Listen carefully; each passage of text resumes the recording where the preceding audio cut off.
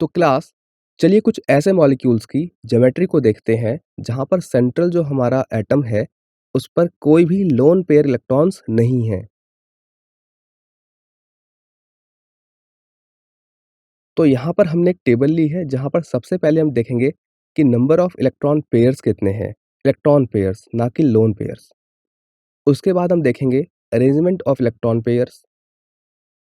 उसके बाद molecular geometry क्या है, और देन उसके हम कुछ एग्जांपल्स देखेंगे।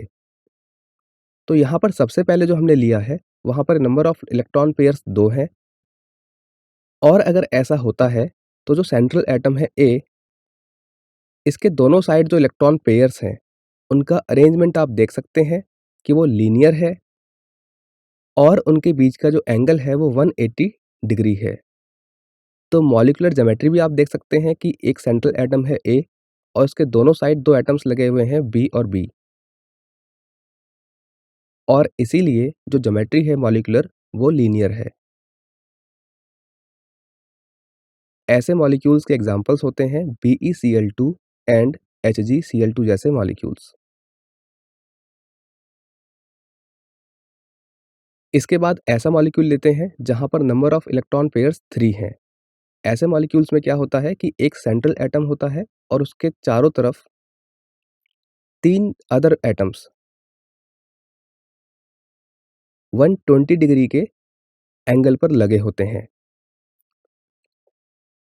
तो इसीलिए यहाँ पर जो मॉलिक्यूलर ज्योमेट्री निकल कर आती है वो होती है ट्रायगोनल प्लेनर, और इसका एग्जांपल है BF3 यानी कि बोरॉन ट्राईफ्लोराइड। इसके बाद हमने एक ऐसा मॉलिक्यूल लिया है जिसमें नंबर ऑफ इलेक्ट्रॉन पेयर्स 4 हैं, और यहाँ पर जो अरेंजमेंट ऑफ इलेक्ट्रॉन पेयर्स है वो टेट्राहेड्रल मैनर में होता है, और जो मॉलिक्यूलर ज्योमेट्री होती है वो टेट्राहेड्रल होती है। एक एटम ए होगा, इसका मतलब ये है कि सेंट्रल एटम ए के चारों तरफ 4 अदर एटम्स, जैसे कि हमने यहाँ पे बी लिया है, वो इस तरह से अरेंज होंगे कि जो मॉलिक्यूलर ज्योमेट्री निकल कर आएगी वो टेट्राहेड्रल होगी, और यहाँ पर जो एंगल होगा बिटवीन वो होगा 109.5 डिग्री। इसके एग्जांपल्स हैं मीथेन और अमोनियम आयन। इसके बाद ऐसा मॉलिक्यूल है जहां पर नंबर ऑफ इलेक्ट्रॉन पेयर्स 5 होंगे, और जो उनका अरेंजमेंट होगा वो कुछ इस प्रकार से होगा कि अगर हम वहाँ पे शेप देखें, और जो उनका अरेंजमेंट होगा वो ट्रायगोनल बाईपिरामिडल फॉर्म में होगा। इसका मतलब ये है कि एक सेंट्रल एटम ए होगा और उसके चारों तरफ एक प्लेन में एक ट्रायगोनल फॉर्म में एटम्स बी रहेंगे जो कि संख्या में 3 होंगे। ये तीनों बी एटम्स इक्वेटोरियल पोजीशन पर होंगे, और बाकी के जो 2 बी एटम्स हैं वो एक्सियल पोजीशन पर होंगे, जैसा कि आप यहाँ पर देख सकते हैं।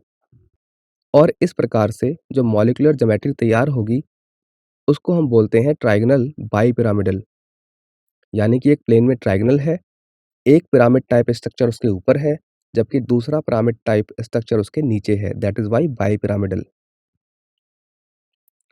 और यहाँ पर जो एंगल होगा वो एक्सियल वर्सेस इक्वेटोरियल 90 डिग्री का होगा, और जो इक्वेटोरियल पोजीशन के अपने एंगल्स होंगे BAB वो होंगे 120 डिग्री।